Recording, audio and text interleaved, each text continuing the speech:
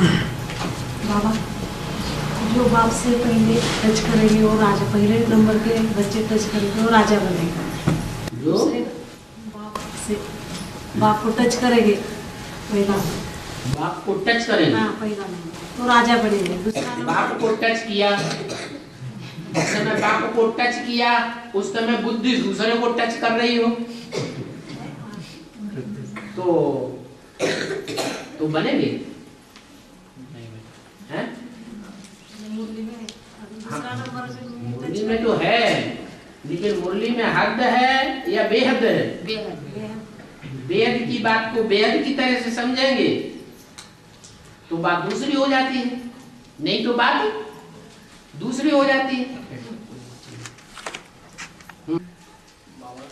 जो परिवर्तन होने वाली बात है वो परिवर्तन खास याद से बताया है, और याद बुद्धि से की जाती है या बाहर से की जाती है? बुद्धि से याद की जाती है। तो बुद्धि रूपी हाथ टच करे वो ज्यादा अच्छा। बाकी इंद्रियां टच करती हैं, और इंद्रियों के टच करने से लगाव भी अगर साबित होता है तब बात दूसरी हो जाती है। लगाव दूसरी तरफ लगा हुआ है, अटैचमेंट, और इंद्रियां टच कर रही हैं तो फायदा होगा या विविचार बनेगा? क्या बनेगा? है विविचार का दोष लग जाएगा, और ही पावन बनने के बदले क्या बन जाएंगे? हैं? और ही पतित बन जाएंगे। ऐसे बहुत हैं जो समझते हैं कि हमको संग का रंग लगेगा, परंतु बजाय संग का रंग लेने के और ही उल्टा हो जाता है। इसलिए यहां ज्ञान दिया जाता है। ज्ञान माने क्या है? ज्ञान माने समझ है। बुद्धि में समझ बैठनी चाहिए। ये बुद्धि में जब तक बात बैठी नहीं है पूरी तरीके से, तब तक सरेंडर होने से, बाप के घर में जाकर बैठ जाने से भी कोई फायदा नहीं है। और ये बाप के घर का वाइब्रेशन क्या करते रहेंगे? खराब करते रहेंगे। जो समझू सयाने हैं उनको भी नुकसान पहुंचाते रहेंगे, खुद का तो नुकसान करेंगे। इसलिए पतित से पावन बनने के लिए सबसे जास्ती जोर देते हैं याद के ऊपर। क्या? कैसे पतित से पावन बनेंगे? जितना तुम मेरे को याद करेंगे उतना तुम पतित से पावन बनेंगे। हाँ, ये जरूर है।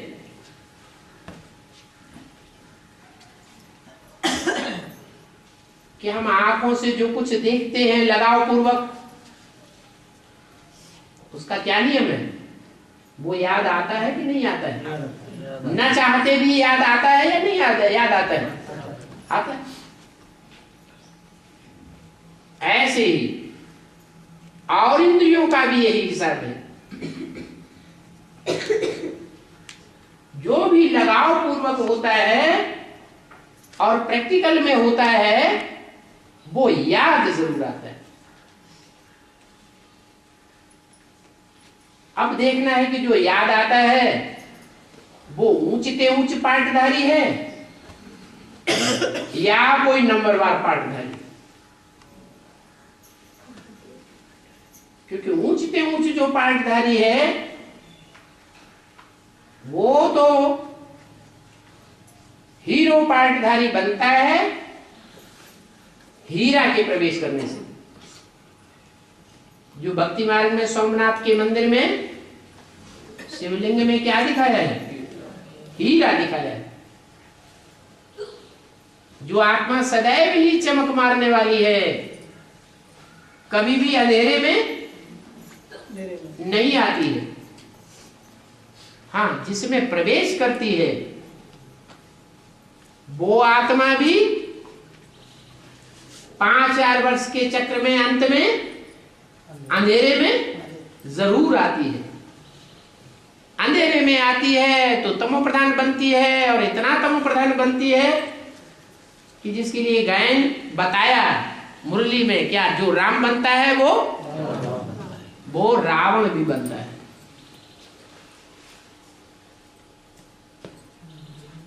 तो अंतिम स्वरूप को तो कोई देखेगा क्या है?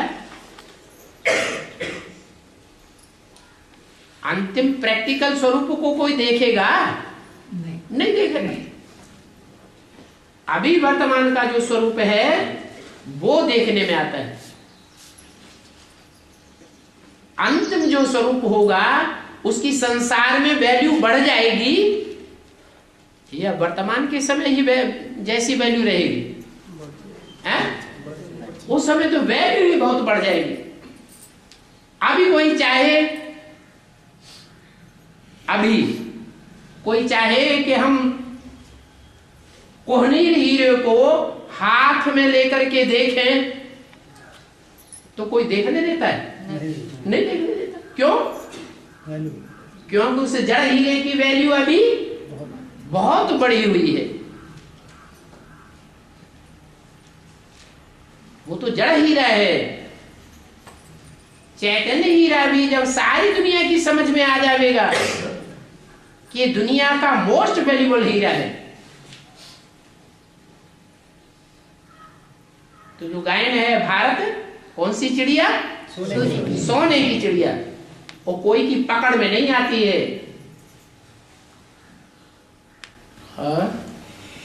बाबा, सतयुग में बुद्धि का कुछ काम है नहीं। हाँ जी, बुद्धि का काम नहीं है। हीरा को याद नहीं करती है, स्टार को याद नहीं करती है, एकाग्र नहीं रहती है। सतयुग में बुद्धि एकाग्र नहीं होगी, हीरा को याद नहीं करेगी। जिसको देखेगी वो हीरा देखेगी नहीं आत्मा को। ये काम नहीं है। सतयुग में बुद्धि सतो प्रधान होगी, सतो प्रधान काम होगा। और कलयुग में बंदरों की बुद्धि कैसी होती है?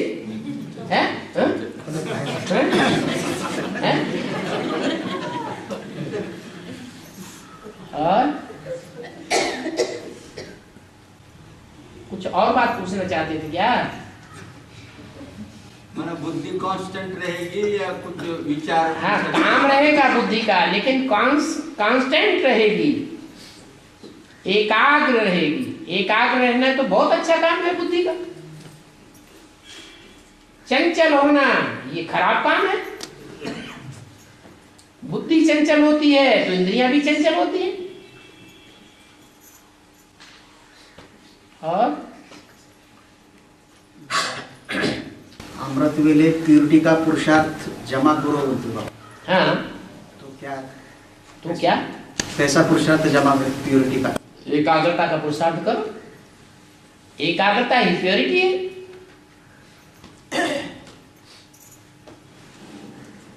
एक कौन? पहले तो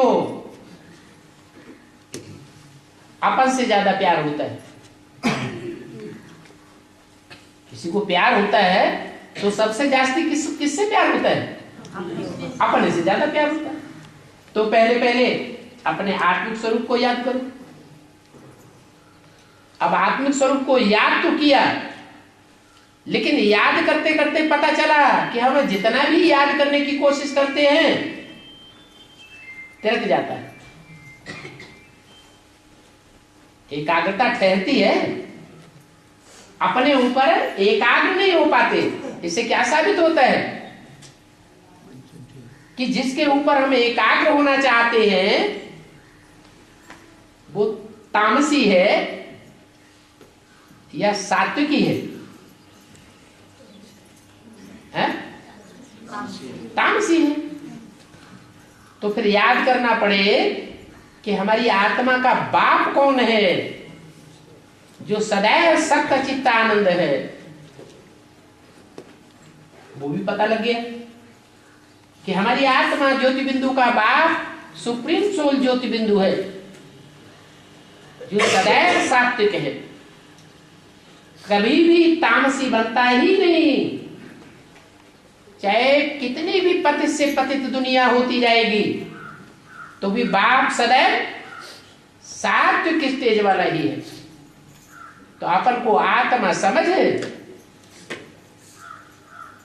उस एवर प्योर परम पिता परमात्मा को याद करें।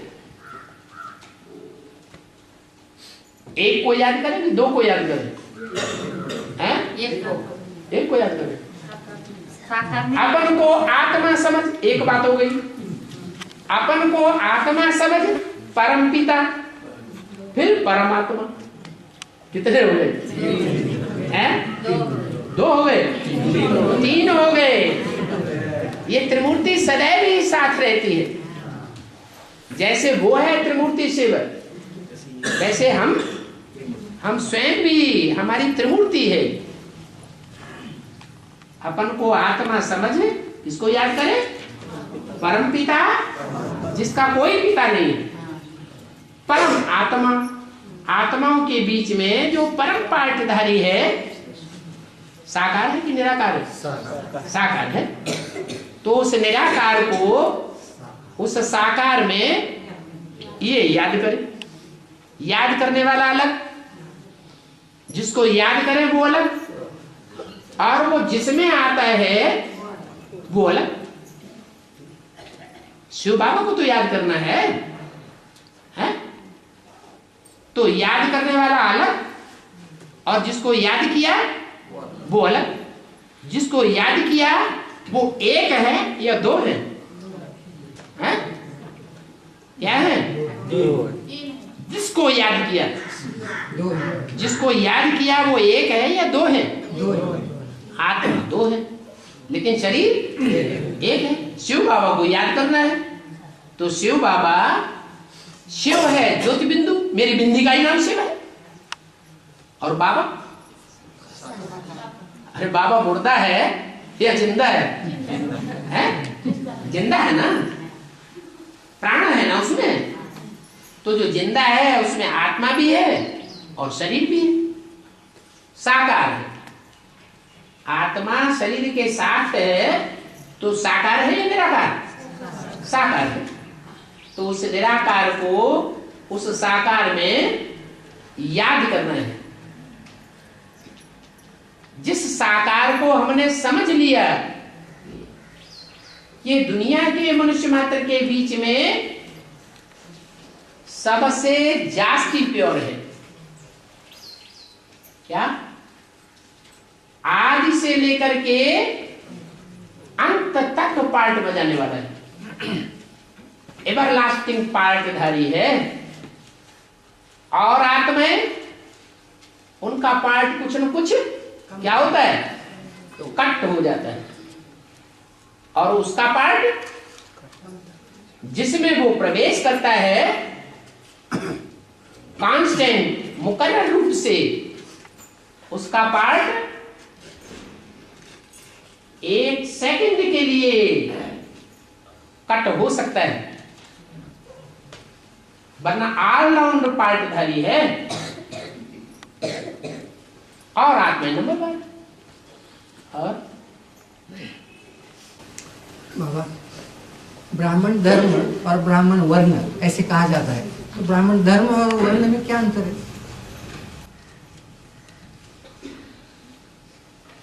वर्ण कहा जाता है रंग को।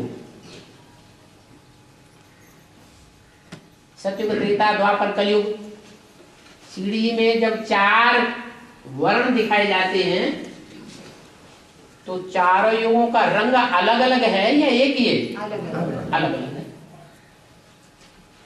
सत्व प्रधानता का रंग अलग है, तमो प्रधानता का रंग अलग है। सारे रंग इकट्ठे कर दो तो कैसा रंग हो जाता है? काला रंग हो जाता है। माने सब धर्मों की मिक्सचरिटी आ गई। तो समझो एकदम व्यभिचारी हो गया, तमो प्रधान हो गया। इसलिए विष्णु का जो झंडे में विष्णु का रूप दिखाया जाता है, वो झंडे का कपड़ा किस रंग का है? श्वेत रंग का है। शंकर को जो ऊपर का कपड़ा दिखाया जाता है किस रंग का है? केसरिया रंग है। केसरी कहते हैं शेर को। जो उसके सर के चारों तरफ बाल होते हैं कैसे रंग के होते हैं? जैसे केसर घास होती है ना, ऐसे होते हैं, तो उसको कहते हैं केसरी। केसरी माने शेर। जंगल में सारे जंगल का राजा शेर माना जाता है। तो जब तामसी दुनिया ये बन जाती है, कांटों का जंगल, तो उसमें बड़े से बड़ा शेर बन करके दहाड़ मारने वाला क्या कहा जाता है? शेर कहा जाता है। जैसे कि मुरली में बोला है कि झंडे में भक्ति मार्ग के मनुष्यों ने तो दिखा दिए हैं 3 रंग, जिनमें एक को समझते हैं ब्रह्मा, एक को समझते हैं विष्णु, एक को समझते हैं शंकर। फिर उनकी यादगार दिखा दी है 3 शेर। अशोक की जो लाट दिखाई है उसमें 3 शेर दिखा दिए हैं। समझते हैं कि संसार रूपी कांटों के जंगल में ज्ञान की दहाड़ मारने वाले ये 3 शेर हैं। कौन कौन? ब्रह्मा, विष्णु और शंकर। तो बाबा बताती है गलत बात है। वास्तव में 3 शेर नहीं है। क्या है? एक घोड़ा है, मन रूपी घोड़ा। ब्रह्मा क्या है? मन रूपी घोड़ा। और विष्णु क्या है? बकरी। निर्बल है या बलवान है? निर्बल है। माता है या पिता है? माता है। कलयुग के अंत में 2 प्रकार की माताएं हैं दुनिया में। एक है जो नरक का द्वार खोल करके बैठ जाती है, एक है जो भगवान के आने पर स्वर्ग का द्वार खोलती है। स्पेशली स्वर्ग का द्वार खोलने के निमित्त बनती है। परंतु बेचारी बकरी है। क्या है? जिसने भी कान पकड़ लिया, जिसने भी कान में फूंक मारना शुरू कर दिया, कोई भी गुरु हो, बस उसी की बन के रह जाती। अब शेर कान पकड़ लेगा तो क्या बना देगा? बकरी को भी शेर नहीं बना देगा। भारत में ये परंपरा है कि कन्या तो पवित्र होती है, वो किसी भी वर्ण की हो, अगर उच्च कुल में ब्याह दी जाए, ब्राह्मण वर्ण में उसका संयोग हो जाए, तो कौन से वर्ण की कही जाएगी? ब्राह्मणी कही जाएगी। तो ऐसे ही है कि संसार रूपी जंगल में ज्ञान की दहाड़ मारने वाली आत्माएं हैं जो शेर के रूप में दहाड़ मारती है। उनके फॉलोअर्स उनको शेर समझते हैं। ब्रह्मा के फॉलोअर्स किसको शेर समझेंगे? अरे ब्रह्म समाजी किसको शेर समझेंगे? ब्रह्मा को शेर समझते हैं। जो वैष्णव पंथी हैं वो किसको शेर समझते हैं? विष्णु को। उन्होंने विष्णु पुराण बना दिया। विष्णु के फॉलोअर्स ने भक्ति मार्ग में क्या बना दिया? विष्णु की महिमा करने के लिए क्या बनाया? विष्णु पुराण। ब्रह्मा की महिमा करने वालों ने क्या बनाया? ब्रह्म वैवर्त पुराण। और शिव की महिमा करने वालों ने क्या बनाया? शिव महापुराण। तो जो जिसके फॉलोअर्स होते हैं वो उसी को बड़े से बड़ा समझते हैं और उसी की बात मानते हैं। इसलिए बाबा ने बोला है जो जिस धर्म का होगा वो उसी की बात मानेगा। क्या दूसरे की बात नहीं मानेंगे। कितना भी जाकर के उनको ज्ञान सुनाओ, अगर कुमारका दादी का फॉलोअर होगा जन्म जन्मांतर का, तो क्या कहेगा? कुमारका दादी जब मान जाएंगी तो मैं भी मान जाऊंगा।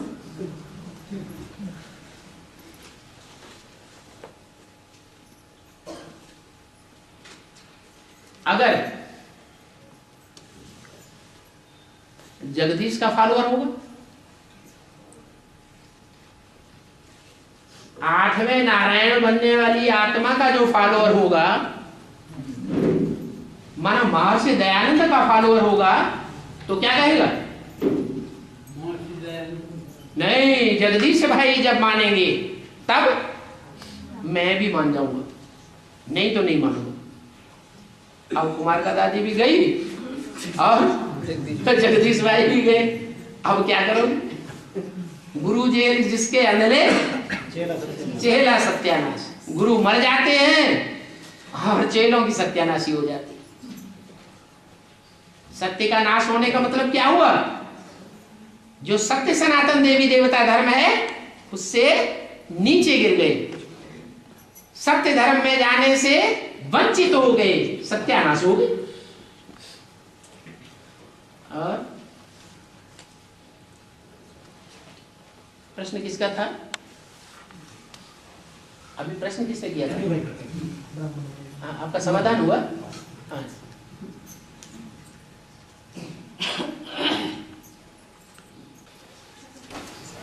बाबा, भगवान भारत में आते हैं, भारत तो माता है, तो फिर क्या? भारत तो सांप्रत हमारे सामने है, पुरुष रूप में है, पुरुष है, भारत पुरुष है। हाँ।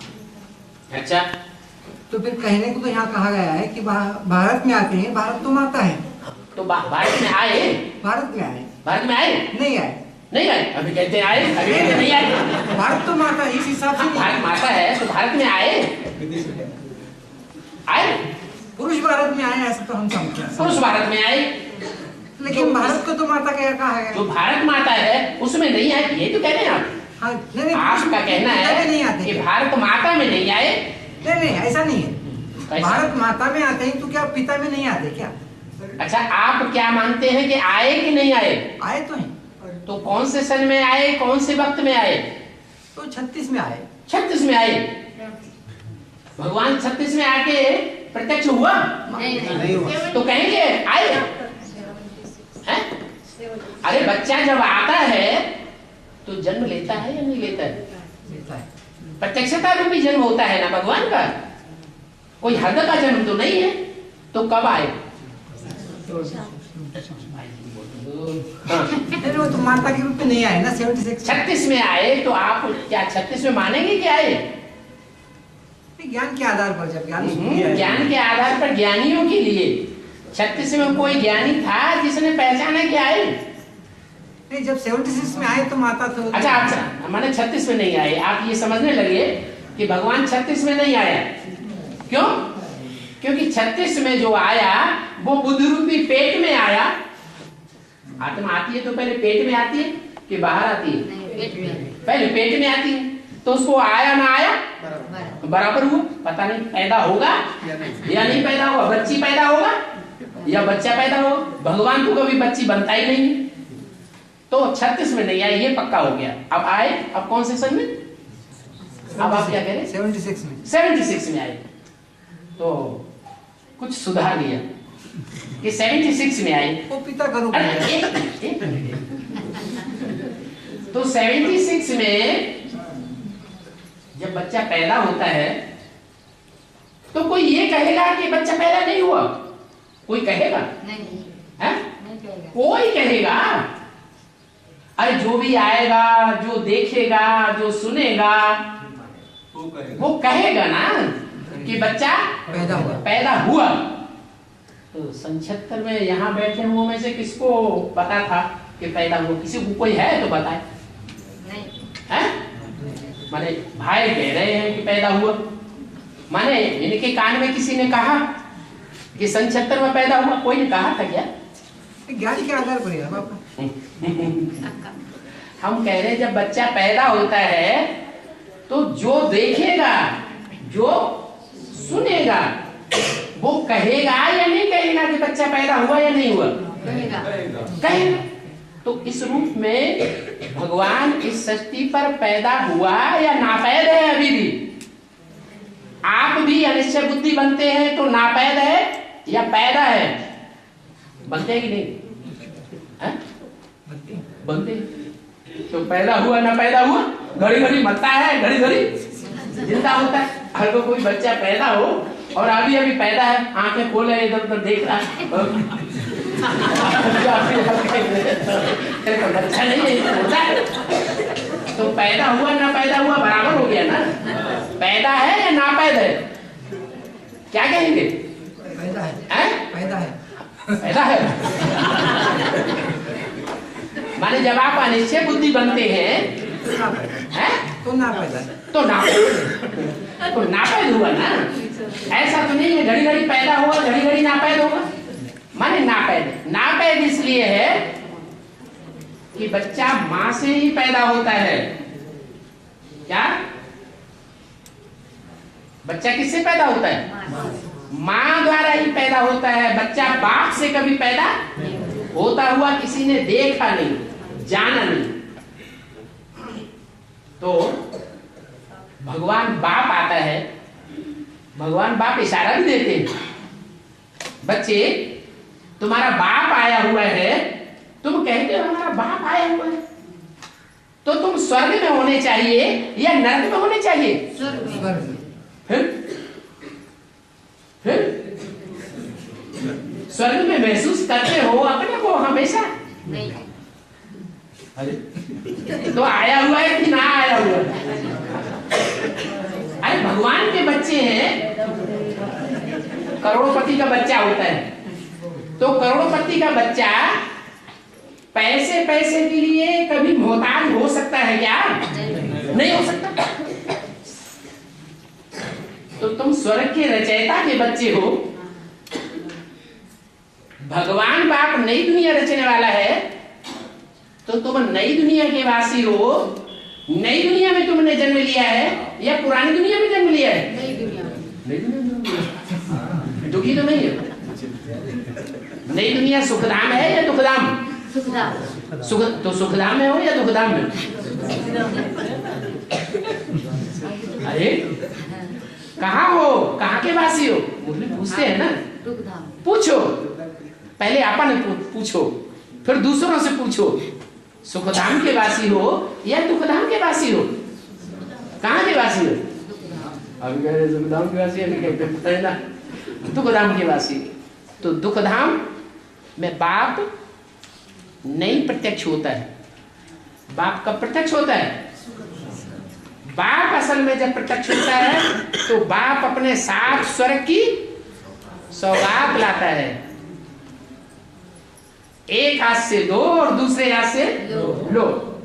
तो लास्ट में आने वाली कोई आत्मा ऐसी भी तो होगी कि जिस सेकंड समझेगी उसी सेकंड क्या ब्रह्मासु विष्णु, एक सेकंड भी नहीं लगेगा परिवर्तन करने में। ऐसी परिवर्तन शक्ति होगी उस आत्मा में, ऐसी प्योरिटी की पावर होगी, तो वो भगवान को जन्म देने वाली प्रैक्टिकल में माता होगी या पिता होगा? माता होगी। तो माता ही स्वर्ग का गेट खोलती, माता ही भगवान बाप को कहेंगे सच्चा सच्चा पहचानती है।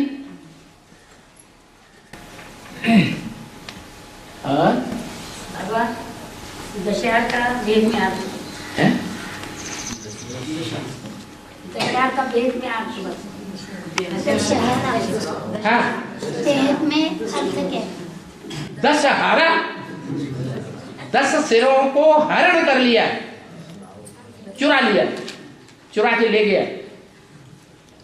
2500 साल के लिए जो 10 सिर हैं, 10 मत फैलाने वाले हैं, 10 प्रकार के अधर्म फैले हुए हैं, जिन सिरों से वो अधर्म निकलते हैं उन 10 सिरों को हरण कर लेता है। उसकी यादगार में क्या मनाते हैं? दशहरा। 10 सिरों को हरण कर लिए। और दशरथ भी बोलते हैं। है दशरथ। और जब सिर होंगे तो रथ नहीं होगा, क्या राहु है? हैं? जिसको सिर होगा उसको धड़ भी होगा, नहीं तो फिर मुर्दा हुआ। और बाबा 96 में भी 96 में ज्यादा आत्माएं एडवांस में क्यों आती थी? 96 में 96 में ही आती है, ज्यादा उसके बाद ज्यादा नहीं आती है। आते हैं, मगर 96 से शुरुआत होती है ज्यादा आने की। और 97 में ज्यादा आ जाए तो और अभी ज्यादा आ रही हो तो आगे से आ रहे हैं, हाँ, मगर 96 में से शुरुआत होती है, 96 से 95 में नहीं आती है। आते हैं। अरे हाँ, आगे चलो। क्या टाइम पूरा कर दिया?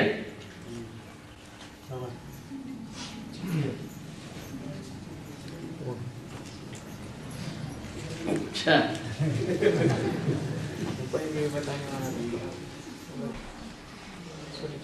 बाबा चुनाव होता है? पुरानी दुनिया में चुनाव होता है, हमें अपना मत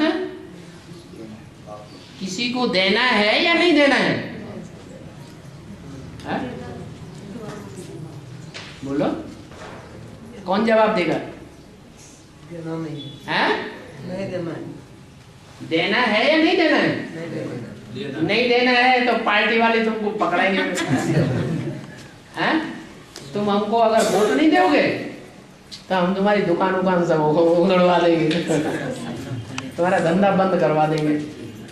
क्यों? क्योंकि चुनाव में जो जीतते हैं वो अगर किसी से खार खा जाए तो बड़े बड़े जो कारखाने चलाने वाले उनके कारखानों को भी बंद करवा देते हैं।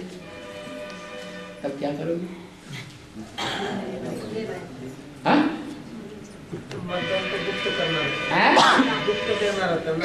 हाँ, क्या करना है? अपनी दबी हुई उंगली निकालनी है, ऐसे काम करना है जिससे उनको पता ही न चले कि हमने दिया या नहीं दिया। अगर दिया तो किसको दिया, पता चलेगा? ऐसे भी तो हो सकता है। और अगर कोई आते हैं तो कह देने में क्या आ जाए, हाँ ठीक है हम आपको, वो आपका हाथ पकड़वा के डालेंगे क्या? नहीं।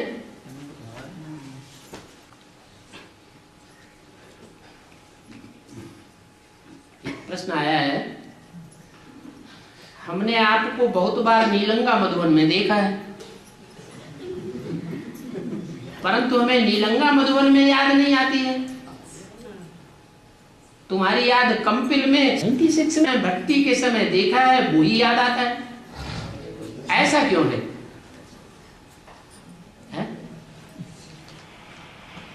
अच्छा, बाबा कहते मैं साजन हूं और तुम सब सजनिया।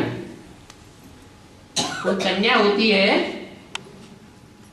और कन्या पहली बार जब अपने पति को देखती है तो उस पहली बार की छाप पक्की पड़ती है या बाद की छाप पक्की पड़ती है? पहली बार की पक्की पड़ती है। तो समझ लो, आया समझ में कि नहीं? क्या कि आत्मा उस परमात्मा बाप की सजनिया है। पहली बार जहां देखा है, और सतो प्रधान स्टेज में देखा है या रजोतमो प्रधान स्टेज में देखा है? सतो प्रधान स्टेज में देखा है। तो जो आंखों ने छाप लगाई है वो सतो प्रधान छाप लगाई है या तमो प्रधान? सतो प्रधान छाप लगाई, ज्यादा याद रहेगी या तमो प्रधान बिगड़ा हुआ चित्र ज्यादा याद आएगा? कौन सा ज्यादा याद है? सतो प्रधान स्टेज ही याद आएगी।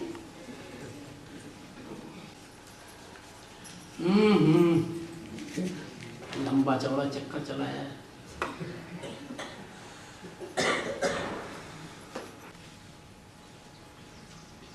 प्रश्न आया है,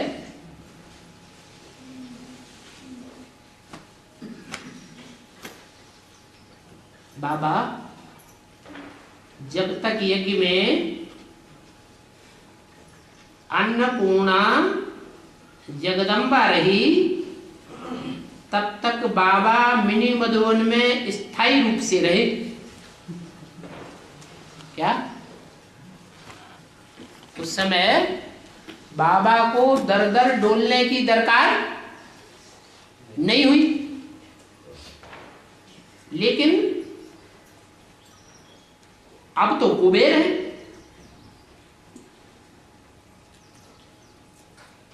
तो कुबेर यज्ञ से बाहर है या यज्ञ के अंदर है?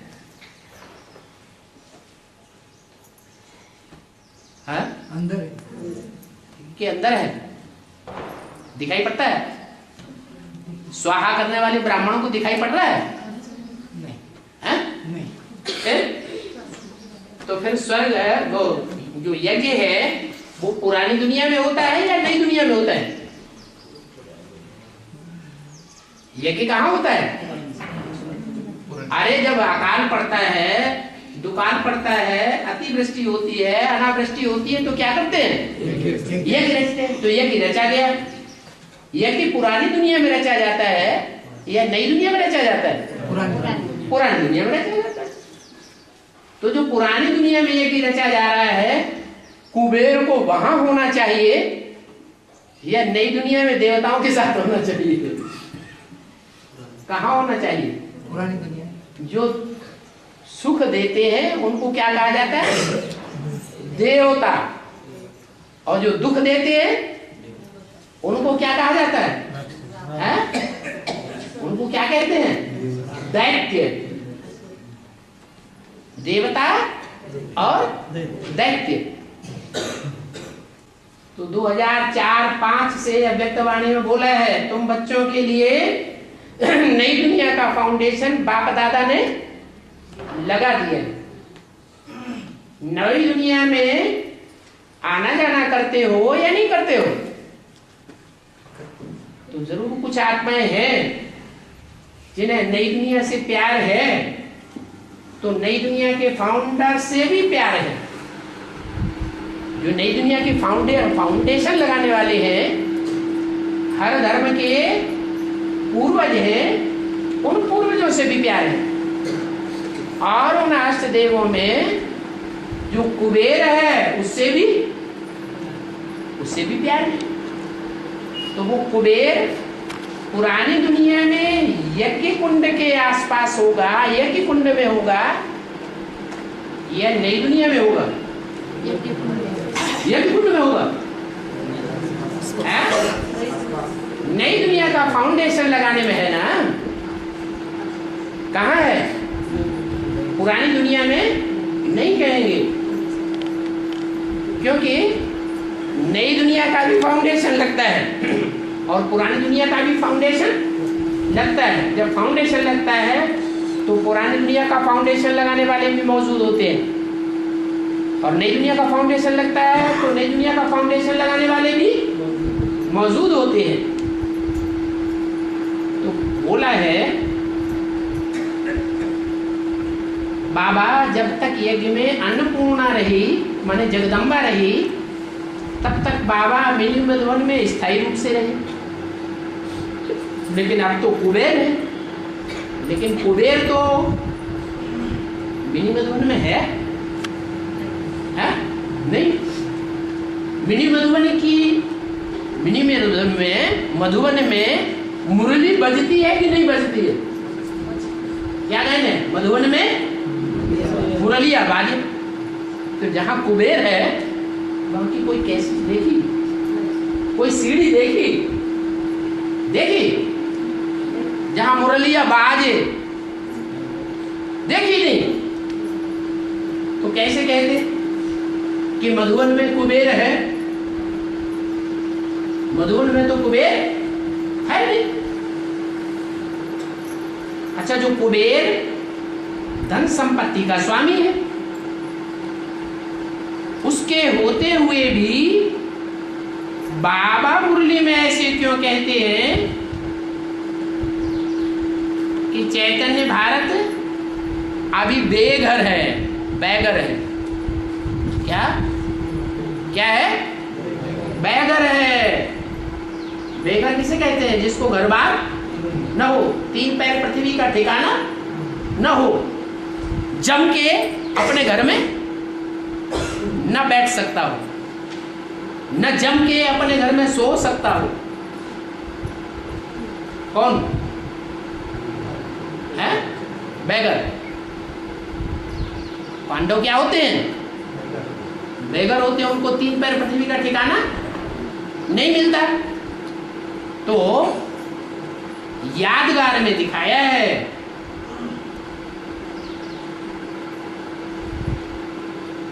कि जब लड़ाई हो रही थी, जिसकी यादगार मंदिर है तिरुपति, कौन कौन के बीच में लड़ाई हो रही थी? है? ये वाइब्रेशन की लड़ाई है। किसके किसके बीच में लड़ाई हो रही थी? श्रीदेवी और पद्मावती। पद्मावती माने कमल फूल के ऊपर विराजमान, कीचड़ में रहते कमल फूल समान बुद्धि को एकाग्र रखने वाली। और एक है श्रीदेवी। श्रीदेवी किसका नाम है?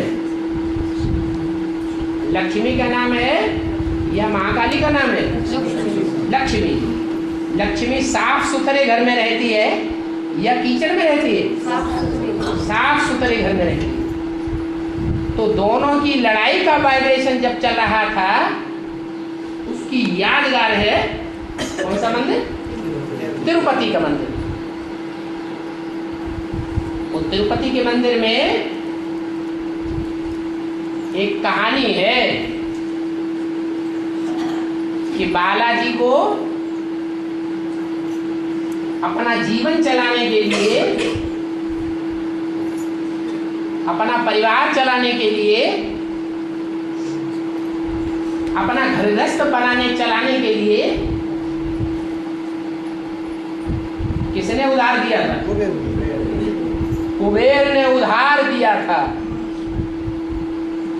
क्या उधार दिया था? उस समय जो उधार दिया था, वो अभी भी हिंदुस्तान में जो सबसे जास्ती धन संपत्ति जिस मंदिर में अभी आती है, मंदिर के देवता के नाम, वो किसके पास जाती है? कुबेर के पास जाती है। भर भर के देना पड़ता है। ये यादगार कहाँ की है? संगम युग में जो कुबेर है, वो कोई स्थूल धन संपत्ति नहीं देता है, और ज्ञान की धन संपत्ति भी देता है कि नहीं देता है? ज्ञान की धन संपत्ति देता है। न लक्ष्मी देती है, न कुबेर देता है। ज्ञान की धन संपत्ति कौन देता है? शिव बाबा। और किसको देता है? बच्चों को नहीं देता है। न कुबेर को देता है, न लक्ष्मी को देता है। और लक्ष्मी भी दुनिया को धन देती है। लेती किससे है? बालाजी से लेती है। लक्ष्मी भी किससे लेती है? बालाजी से लेती है। लेती तो है, लेकिन वो धन है, ज्ञान धन भी काम तब आता है जब लक्ष्मी के हाथों से बांटा जाता है। क्या? पवित्र हाथों से बांटा जाएगा तो दुनिया वालों के काम आएगा। अगर अपवित्र हाथों से बांटा जाता है तो दुनिया उस धन की वैल्यू ही नहीं करती है वैल्यू? है? अभी कर रही है? 70 साल से वो धन दिया जा रहा है, वैल्यू तो नहीं हो रही। यज्ञ के आदि से ही बेसिक नॉलेज तो दी जा रही है ना, चाहे वो प्रजापिता के द्वारा, चाहे वो यज्ञ की आदि की जो माता थी, रुद्रमाला का मुख्य मणका, वो भी पुरुष स्वभाव संस्कार वाला उसके द्वारा, और चाहे ब्रह्मा के द्वारा वो भी पुरुष तन था, और चाहे सन 76 के बाद बाप प्रत्यक्ष हुआ, बाप भी पुरुष तन, और चाहे आगे चल के जो आदि माता थी सो अंत में आवेगी या नहीं आवेगी, एडवांस पार्टी में आवेगी, तो फिर उस महाकाली के द्वारा दिया जाएगा। तो उस समय ये इतने भी रूप हो गए, वो स्वभाव संस्कार से पुरुष रूप है या स्त्री रूप है? पुरुष रूप है। वो धन काम में नहीं आता है, देने वाले के भी उतना काम नहीं आता और लेने वालों को भी उतना काम नहीं आता है। तो किसके हाथों से बांटा जाना चाहिए? है लक्ष्मी। लक्ष्मी रुद्रमाला से आती है या चंद्रवंश से आती है? चंद्रवंश से आती है। चंद्रवंश ऊंचा या सूर्यवंश ऊंचा? और सूर्यवंश में जो रुद्रमाला के मणके हैं, उनमें कोई मणका प्योरिटी का भी बीज होगा या नहीं होगा? है प्योरिटी का भी बीज है। ऐसी प्योरिटी का बीज है जिसके लिए गायन है क्या? Where is purity there is peace and prosperity. Purity में वो ताकत है कि ज्ञान को भी सरसब्ज बनाई देती। रावण इम्प्योर था, क्या था? इम्प्योर था। ज्ञानी था कि नहीं? ज्ञानी था। लेकिन फिर नरक बनाता था कि स्वर्ग बनाता था? नरक का गेट खुलवाता था कि स्वर्ग का गेट खुलवाता था? नरक का गेट खुलवाता था। तो पुरुष तन के द्वारा जो भी ज्ञान दिया जाता है वो क्या है? बाबा ने क्या बोला? ज्ञान सुनाना किसके मुख से अच्छा लगता है? कन्या माताओं के मुख से अच्छा लगता है। क्यों? क्यों अच्छा लगता है? क्योंकि कन्याएं माताएं गौ है। क्या है? गौ। गौ माने सीधा साधा स्वभाव संस्कार। वो भी भारत की माताएं, भारत की गौएं, विदेशी गौएं नहीं, विदेशी नदियां नहीं। भारत की गौओं की विशेषता है कि जिस खूंटे से बांध देते हैं सारा जीवन उसी खूंटे से बंध करके रहती, विचलित नहीं होती। और विदेश की गऊ जीवन में कितने डाइवोर्स देती है और कितनी शादियां करती है, उनके लिए ये गायन नहीं है। तो चाहे रुद्रमाला हो चाहे विजयमाला हो, गौएं तो दोनों ही मालाओं में है या नहीं है? है? दोनों ही मालाओं में गौएं तो है, लेकिन कुछ विधर्मी है और कुछ स्वधर्मी है। कुछ विदेशी गौएं हैं। जो विदेशी गौएं हैं वो एक खूंटे से बंध करके नहीं रहती। संगम युग में भी एक खूंटे से उनकी बुद्धि बंध करके नहीं रह सकती। क्या? बुद्धि से भी चलायमान होती है और तन से भी चलायमान होती रहती है। इसलिए वो गौएं प्योरिटी का निर्वहन नहीं कर सकती। अब भी बेचारी दुनिया का फाउंडेशन नहीं डाल सकती। रुद्रमाला के मणकों में एक ऐसी भी अव्वल नंबर गौ है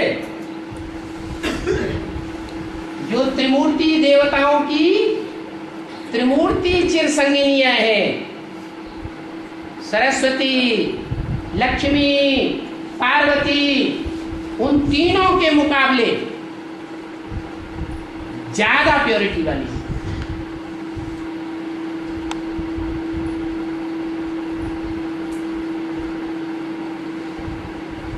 वो तीनों देवियों के मुकाबले जो ज्यादा प्योरिटी वाली है उसका नाम शास्त्रों में रखा गया काशी नगरी। कौन सी नगरी? काश्य, अर्थात याद के तेज से भरपूर। और प्योरिटी कैसे आती है? याद से प्योरिटी आती है। तो वो प्योरिटी की पावर से धन भी काम में आने लायक होता है कि नकामा रह जाता है।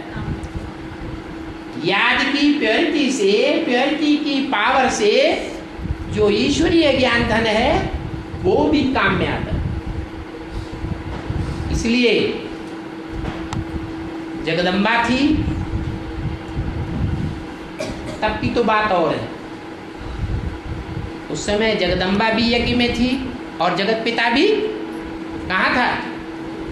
यज्ञ कुंड में ही था। और अभी जगदम्बा कहो, अन्नपूर्णा कहो, वो यज्ञ में नहीं दिखाई देती है, तन से नहीं दिखाई देती है, लेकिन मन का किसी को पता है? मन कहाँ है अन्नपूर्णा का? वो किसी को पता है? नहीं। महाकाली के मस्तक पर इसका चित्र दिखाते हैं, शंकर का ही चित्र दिखाते हैं। तो मन से वो जगदम्बा अभी भी कमल फूल समान है। बल बाहर की दुनिया के अंदर है, कीचड़ में है, कीचड़ में होते हुए मन से एकाग्र है। इसलिए मनसा की पावर कोई न कोई आत्मा को निमित्त बनाई देती है। इस बात का निमित्त बनाई देती है कि बालाजी का जो परिवार है उसका संचालन होता है। माता के बगैर परिवार की पालना नहीं हो सकती। तो रुद्रमाला में अभी भी एक मणका है जिसे कुबेर नाम दिया गया है। क्या? धन संपत्ति का अधिष्ठाता। वो बालाजी को अभी धन दे रहा है। कौन सा धन? ज्ञान धन है। कौन सा धन? प्योरिटी की पावर। जिस प्योरिटी की पावर से स्थूल धन हो चाहे बेहद का ईश्वरीय ज्ञान धन हो, दोनों ही सरसब्ज हो जाते हैं। इसलिए ये नहीं कहेंगे कि जगदम्बा के यज्ञ में न होने के कारण दर दर भटकना पड़ता है।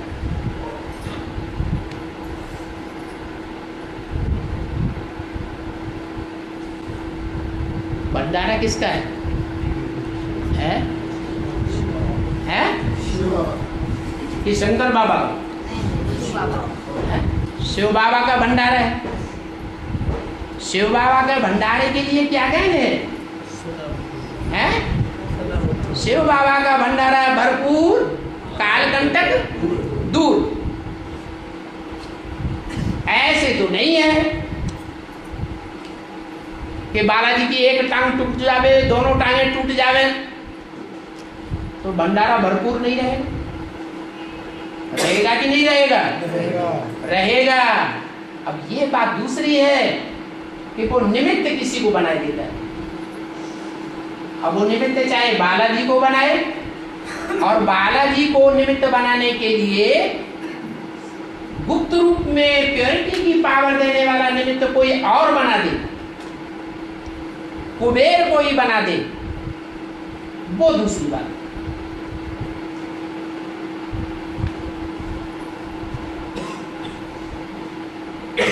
तो जो प्रश्न आया है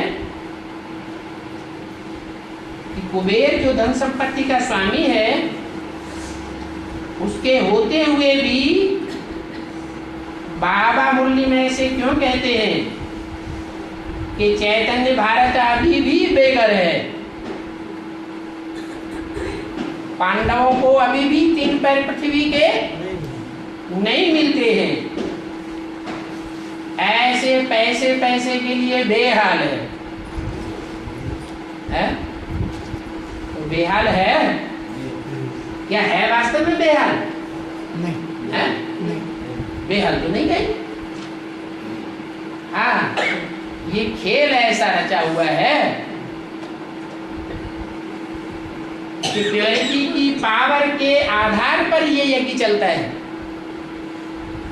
आज में भी चलता रहा, मध्य में भी चलता रहा और अभी भी प्योरिटी की पावर के आधार पर चलता है। दुनिया के सब कार्य किस आधार पर चलते हैं? प्योरिटी की पावर से चलते हैं। हाँ, अभी वो प्योरिटी की पावर उधार मिल रही है या अपनी पैदा की हुई है? उधार मिल रही है। इसलिए भक्ति मार्ग में ये गायन है, तो कुबेर ने जो धन दिया था वो धन अभी जितना भी मंदिर में आता है वो सब किसको अर्पण करना पड़ता है? कुबेर शूटिंग कहाँ होती है? अरे घरवाला है, धन कमा के लाता है, तो असली घरवाला होगा तो किसको देगा? बच्चों को देगा या घरवाली को देगा? घरवाली को देगा। तो कुबेर अभी घरवाली के रूप में काम कर रहा है? अच्छा कर रहा है या बुरा कर रहा है? अच्छा कर रहा है। और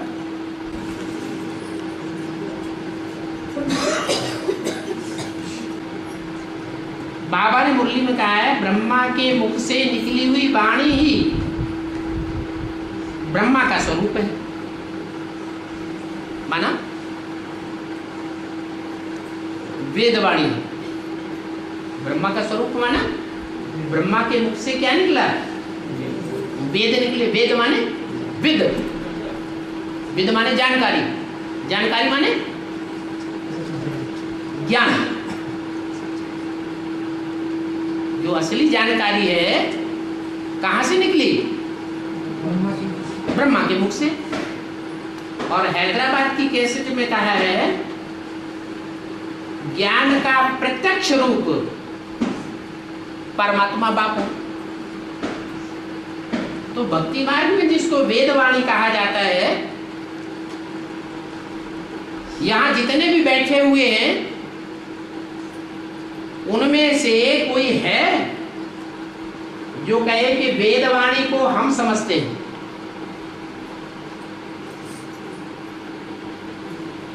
क्योंकि वेदवाणी चारों ही वेदों की एक एक ऋचा का कनेक्शन दूसरी ऋचा से नहीं मिलता है।